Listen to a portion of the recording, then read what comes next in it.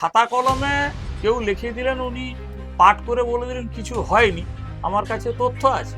BJP যা কথা বলেন, উনি নরেন্দ্র মোদী যা বলেছেন তার পুরো উল্টোটা। থেকে বিশ্বগুরু হওয়ার ডায়লগ মারেন। আজকে 178 লক্ষ কোটি টাকা ভারতবর্ষের ঋণ।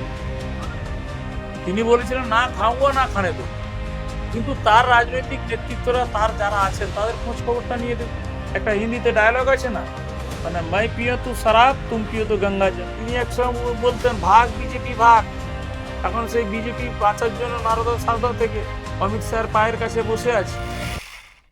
সামনে বিধানসভা নির্বাচন এবং বর্তমানে বাংলার রাজ্য রাজনীতি কার্যত তুঙ্গে। নমস্কার, আমি ঈশা, আপনারা দেখছেন সময় 365 এবং এই মুহূর্তে আমি রয়েছি পশ্চিম মেদিনীপুরের হাই ভোল্টেজ কেন্দ্র পিংলাতে। বলা চলে এই পিংলার ভোটের আবহাওয়া কিন্তু পশ্চিম মেদিনীপুরের সমীকরণ বদলাতে সক্ষম। তো এই পিংলায় এখন ভোটের হাওয়া কিরকম, তৃণমূল কতটা প্রস্তুত, এখানে সেই নিয়ে আজ কথা বলবো পিংলার ব্লক তৃণমূল কংগ্রেসের সভাপতি শেখ সবেরাতির সঙ্গে। নমস্কার দাদা, সময় 365 পর্দায় স্বাগত। নমস্কার আপনাদের সব দর্শককে। আচ্ছা দাদা, আপনার ব্লকে তৃণমূল কতটা প্রস্তুত? আমরা প্রস্তুত মানে পুরোটাই প্রস্তুত, শুধু নির্বাচন ঘোষণার আগে নয়। নির্বাচন ঘোষণার আগে থেকেই আমরা যে এসআইআর নিয়ে সার্বিক কেন্দ্র সরকার এবং শুভেন্দু অধিকারী যে দীর্ঘদিন ধরে চক্রান্ত করছে, আমরা তা জানতাম এরকম করবেন। সে সুবাদে আমরা প্রত্যেকটি মানুষের বাড়ি বাড়ি গিয়ে এবং বিএলএ ট্যুর মাধ্যম দিয়ে পিংলা 1,64,000 ভোটার যাতে তারা সুরক্ষিত থাকে, সে ব্যাপারে আমরা বিভিন্ন জায়গায় মানুষকে ক্যাম্প অঞ্চল জিপিওয়াইজ, তারপরে বিডিও অফিসে আমরা কন্টিনিউ ক্যাম্প করে মানুষের পুরোটাই পরিষেবা দিয়েছি। সেখানে দলমত নির্বিশেষে কোন কি রাজনীতি করেন তা নয়, মমতা ব্যানার্জি সারা বাংলার মানুষের জন্য লড়াই করছেন, 7,66,00,000 মানুষের জন্য। সেখানে তিনি কোনো ধর্ম বর্ণ কে রাজনীতির রং দেখেন। সেম আমরাও কিন্তু তার আগে থেকে আমরা প্রস্তুতি নিয়ে নিয়েছি। এখন আপনি দেখবেন প্রত্যেকটা বুথে আমার প্রত্যেকটি বাড়িতে মানুষের জনের কাছে গিয়ে বলা হচ্ছে যে 100 দিনের টাকা দেয়নি বিজেপি সরকার, আবাসের টাকা দেয়নি বিজেপি সরকার, জল মিশনের টাকা বন্ধ করেছে। নরেন্দ্র মোদী অনেক কথা বলেছিলেন, আজ পেট্রোল ডিজেল কোথায় গিয়েছে, উজ্জ্বলার নাম করে আজকে গ্যাসের দাম কোথায় গিয়েছে। সর্বোপরি এই আবাস প্লাসের বাড়ি এবং যে বেকার যুবক যুবতীদের তাদের সুনিশ্চিত করতে পেরেছে যে তাদেরকে একটা সাম্মানিক ভাতা দেওয়ার চেষ্টা করছে যাতে তাদের আপাতত হাত খরচটা হোক। অথচ বিজেপি বলছে চাকরি দিতে পারেনি, বেকার দিচ্ছে। সেখানে উত্তরপ্রদেশ দেখুন, মধ্যপ্রদেশ দেখুন, বিহার দেখুন, সেখানে তাদের 9.7 পর্যন্ত তাদের বেকারত্বর হার। আর যখন টেট পরীক্ষা হয় তখন বিহার, উত্তরপ্রদেশ, উড়িষ্যা থেকে কত মানুষ ছেলেরা এসেছিল, তো তাদের মুখে শোভা পায় না। অতএব এটা বাংলার পিংলার মানুষ বোঝেন। সে সুবাদে আমরা প্রত্যেকটা মানুষের দরবারে গিয়েছি, প্রত্যেকটা মানুষ অপেক্ষায় আছে উচিত শিক্ষা দেবে এবারে। 21-এর বিধানসভা নির্বাচনের পর আপনার ব্লকে কতটা কি কাজ হয়েছে এবং কতটা বাকি আছে বলে মনে হয়? না, আমাদের শুধু হসপিটালটা একটা বাকি আছে, 100 বেডের করার একটা পরিকল্পনা আছে। অলরেডি আমরা প্রায় 465 খানা রাস্তা করেছি পথশ্রী 1, 1, 2 থেকে। জল বিভিন্ন জায়গায় পানীয় জলের ব্যবস্থা আমরা করেছি। কৃষির ব্যাপারে তো আর বলারই দরকার নেই, আপনারা দেখছেন এখানে চারিদিকে সবুজ, পানীয় জলের কোনো সমস্যা নেই। আমরা প্রস্তুত আছি, যেগুলো ব্রিজ আমাদের ক্যালভার্টগুলো বাকি ছিল সেটা অলরেডি ইরিগেশন দপ্তর থেকে তারা ভিজিট করেছেন, কিছু কাজ চলছে। তারপরে নির্বাচন ঘোষণা হয়ে গেল, কিছু আমাদের টেন্ডারও কমপ্লিট হয়নি, পেন্ডিং হয়ে গেছে। তো আশা করি ডেভেলপমেন্টের পার্ট নিয়ে আমার পিংলাতে আমার টোটাল, আমরা পিংলাবাসীর জন্য মমতা ব্যানার্জি সরকার আমলে কি কি করেছি, কত কন্যাশ্রী, কত লক্ষ্মী ভান্ডার, কত গীতাঞ্জলি, কত অধিকার, কত যুব সাথী, কত অধিকার দেওয়া হয়েছে এর আগে, কত আবাসের দেওয়া হয়েছে, কত 100 দিনের কাজের টাকা মানুষ পায়নি। আমার একদম আপ টু ডেট 105টা মমতা ব্যানার্জি যে প্রকল্প, তার মধ্যে আমরা পুরো লিস্ট করে বাড়ি বাড়ি পৌঁছাচ্ছি।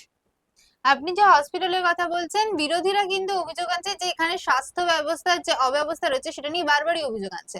এ নিয়ে কি বলবেন? না, অবস্থা বলতে আমরা আজ থেকে প্রায় মাস 4 আগে সেটা নজরে দিদির এনেছি। তো সেই সুবাদে এবারেও আমাদের কাছ থেকে জানা হয় যে আপনাদের ইলেকশনের পরে কি চিন্তা ভাবনা করা আছে, সে তথ্য রিপোর্ট আমরা পাঠিয়েছি। তার মধ্যে হসপিটাল আছে, সেরকম বড় আর কিছু নেই।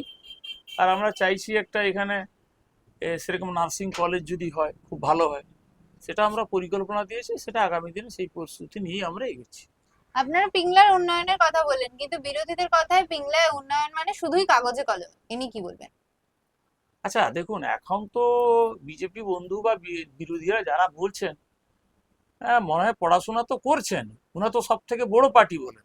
কারণ দিলীপ বাবু তো খড়গপুরে বলছেন আমরা জমিদারের পার্টি, স্বাভাবিক।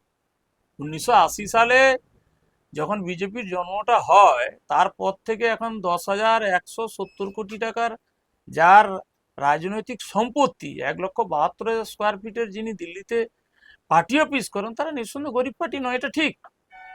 কিন্তু পড়াশোনা তো আছে, এখন তো গুগলের যুগ। আর যেখানে আপনি তাকাবেন সেখানে রাস্তাঘাট আছে কিনা, মানুষের কি সমস্যা আছে, সেটা গিয়ে মানুষের কাছে কোনোদিন খোঁজ নিয়েছে? দেখুন, খাতা কলমে কেউ লিখে দিলেন, উনি পাঠ করে বলে দিলেন কিছু হয়নি। আমার কাছে তথ্য আছে, আমার কাছে সেই তথ্য টোটাল আছে, এখানে আমরা কি কি কাজ করেছি, কত রাস্তা, কি কি হয়েছে, আমাদের কাছে কপি আছে, বললে আপনাদের আমি দেখিয়ে দিতে পারবো।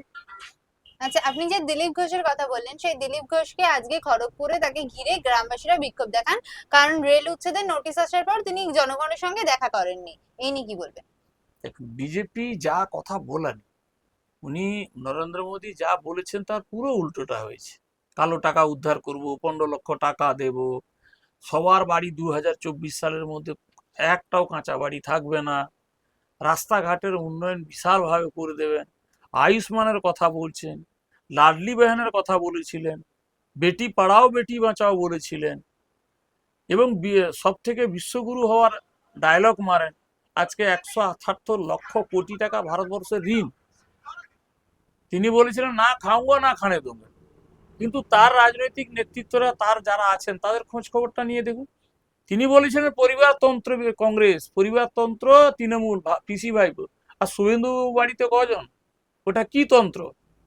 আজকে নিজের ভাই হয়েছে, বিধায়কে কন্টেস্ট করেছেন, বিধায়ক হয়েছেন, সাংসদ ছিলেন, বাবা সাংসদ, তিনি আবার 2 জায়গা কন্টেস্ট করছেন। তো বিজেপি মানে, একটা হিন্দিতে ডায়লগ আছে না, মানে মাই পিও তো শরাব তুম পিও তো গঙ্গা জল। তো এ নরেন্দ্র মোদী বিজেপির এটাই হচ্ছে, তারা যা বলবে আর করবে আরেক। হাতির দাঁত দেখানোর জন্য এক আর খাওয়ার জন্য এক, এটাই বিজেপি। ওরা দেখতে পায়নি। আপনি সার্বিক ঘুরে দেখুন না, উনার তো সরকার 12 বছরে আছে, উনার তো 77টা এমএলএ আছে, সেই এমএলএ জায়গাগুলো গিয়ে দেখুন, খড়গপুর গিয়ে দেখুন, মানুষের বিক্ষোভ হচ্ছে, কখনো হিরণকে নিয়ে, কখনো দিলীপ বাবুকে নিয়ে। তো অতএব উনাদের তো কিছুই এজেন্ডা ইস্যু নেই।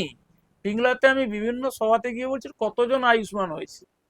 মমতা ব্যানার্জি সবার জন্য স্বাস্থ্য সাথী কার্ড করেছে, তার আয়ুষ্মান করতে গেলে টিভি থাকলে হবে নি, সাইকেল থাকলে হবে নি, ফ্রিজ থাকলে হবে নি। এখনকার সাধারণ গ্রামগঞ্জের মানুষের তো ন্যূনতম ব্যাপার। তো উন্নয়ন ওদের ওদের ওই টিভিতে বক্তব্য আছে। আর তৃণমূল সরকার, মমতা ব্যানার্জির সরকারের মানুষের, আমরা 365 দিন মানুষের সঙ্গে আছি। আর তারা বসন্তর কোকিলের মতো নির্বাচন এলে যায়, এটা পিংলার মানুষ জানে। আচ্ছা, শুভেন্দু অধিকারী যে দুটি কেন্দ্র থেকে প্রতিদ্বন্দ্বিতা করছেন, সেখানে ভবানীপুরে শুভেন্দু অধিকারীর প্রতিদ্বন্দ্বী হচ্ছেন মমতা বন্দ্যোপাধ্যায়। এবার বিজেপির লোকরা সেখানে স্লোগান দিচ্ছেন যে ভবানীপুরে জিতবে যে মুখ্যমন্ত্রী হবে সে, এই নিয়ে কি বলবেন? দেখুন, আমাদের মুখ্যমন্ত্রী একজন, যদি সৎসাহস থাকে বিজেপি প্রকাশ করুক না, ওরা তো কোনো সময় কোনো বলেননি। তবে দেখুন পরপর দেখুন, বলেছিল ইসবার 200 পার, 77 আটকে গেলেন 21-এ, তারপরে আপনি 24-এ বলুন 35, 12-তে আটকে গেলেন, এবার আর টার্গেট দেয়নি। এবার বুঝে নেন। আর ভবানীপুরে মানুষ তৈরি হয়ে আছে। শুভেন্দুবাবু নিজেকে ভাবছেন আমি সারা বাংলার মধ্যে আমি সব থেকে শক্তিশালী, আমি মানুষকে ভোল বোঝাবো, মানুষ তার কথাতে চলে আসবে। তিনি একসময় বলতেন ভাগ বিজেপি ভাগ। এখন সেই বিজেপি বাঁচার জন্য নারদা সারদা থেকে অমিত শাহের পায়ের কাছে বসে আছে। মানুষকে এত বোকা, নন্দীগ্রাম মানুষ আপনারা জানেন লোডশেডিং করে জিতেছেন। আর এবারে তারই পবিত্র কর বাবু, তিনি তৈরি হয়ে আছেন, যোগ্য জবাব দেবেন।